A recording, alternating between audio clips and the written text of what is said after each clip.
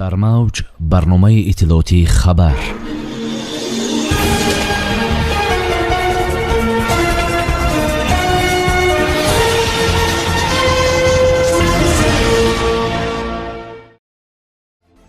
тоҷикистон ба мардуми зарардидаи афғонистон кӯмаки башардӯстона мефиристад.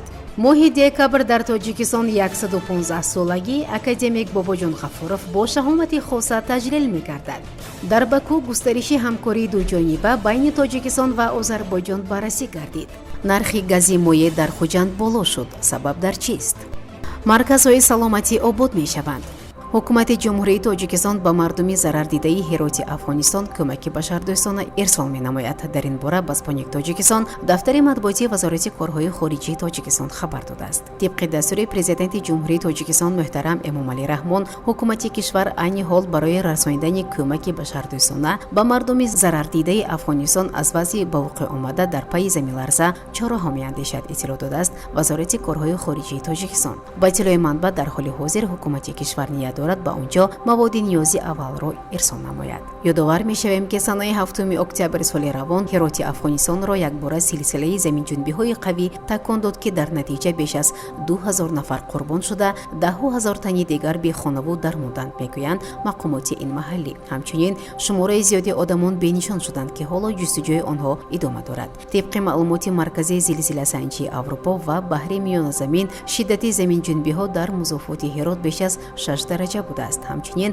субҳи 9 октябр боз як заминҷунбии дигари қариб 5 дараҷаи минтақаи осебдидаро такон дод, аммо дар мавриди хисороти он ҳанӯз расман маълумоте дода нашудааст. дар маркази маъмурии вилояти Суғд болоравии нархи гази моеъ идома дорад. дар таблоҳои электронӣ нуқтаҳои фурӯши сӯзишвории шаҳри Хуҷанд ҳоло 1 литр гази моеъ бо нархи 6.60-6.70 дирам фурӯхта мешавад. гуфта мешавад ки як рӯз пеш ин арзиш аз 6.20 то 6.30 дирам арзиш дошт. болоравии арзиши як намуди маводи сӯхт бо тағйири нархи бензин низ андаке таъсир гузошт.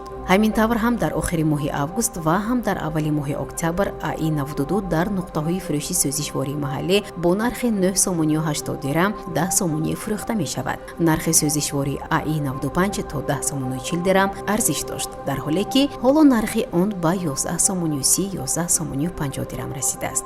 қимати сӯзишвории дизеле хеле боло рафт, аз 10.60 дирам то 10.80, 11.20, 11.50 дирам. роҳбарияти хадамоти зидди инҳисории Тоҷикистон изҳор дошт ки болоравии нархи гази моеъ дар Тоҷикистон аз қимати он дар кишварҳои тавлидкунанда вобаста аст, зеро ҷумҳурӣ ин маҳсулотро комилан аз хориҷ ворид мекунад. хабар медиҳад Спутник Тоҷикистон.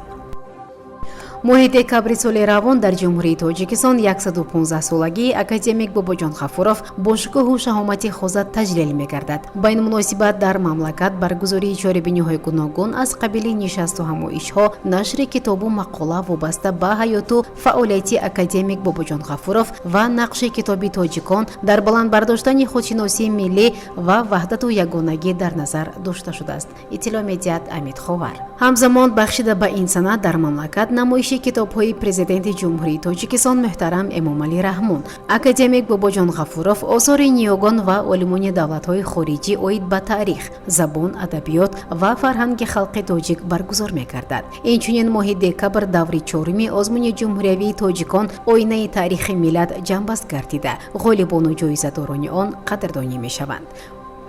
дар шаҳри Баку дар ҳошияи иштирок дар ҷаласаи 27-уми шӯрои вазирони корҳои хориҷии Созмони ҳамкории иқтисодӣ мулоқоти вазири корҳои хориҷии ҷумҳурии Тоҷикистон Сироҷиддин Муҳриддин бо вазири корҳои хориҷии ҷумҳурии Озарбойҷон Ҷейҳун Байрамов баргузор гардид. дар ин бора Амид Ховар иттилоъ медиҳад. зимни вухӯрӣ вазирони корҳои хориҷӣ ҳавасмандии ҷонибҳоро ҷиҳати густариши ҳамкории дуҷониба байни Тоҷикистон ва Озарбойҷон иброз доштанд. дар ин замина зарурати истифодаи имконияти фарох дар самти тавсеяи равобити иқтисодӣ, тиҷоратӣ ва сармоягузории ду давлат, алалхусус дар соҳаҳои гидроэнергетика, нақлиёт, коммуникатсия, кишоварзӣ ва сайёҳӣ таъкид гардид.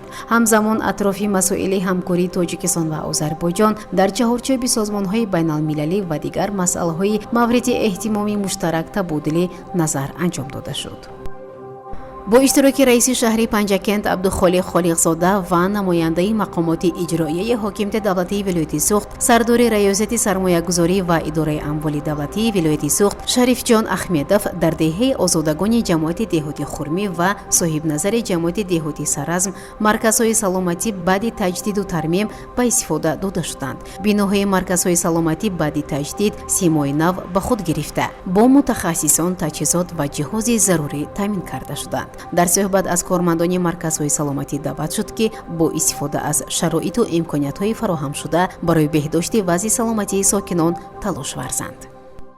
در موج برنامه اطلاعاتی خبر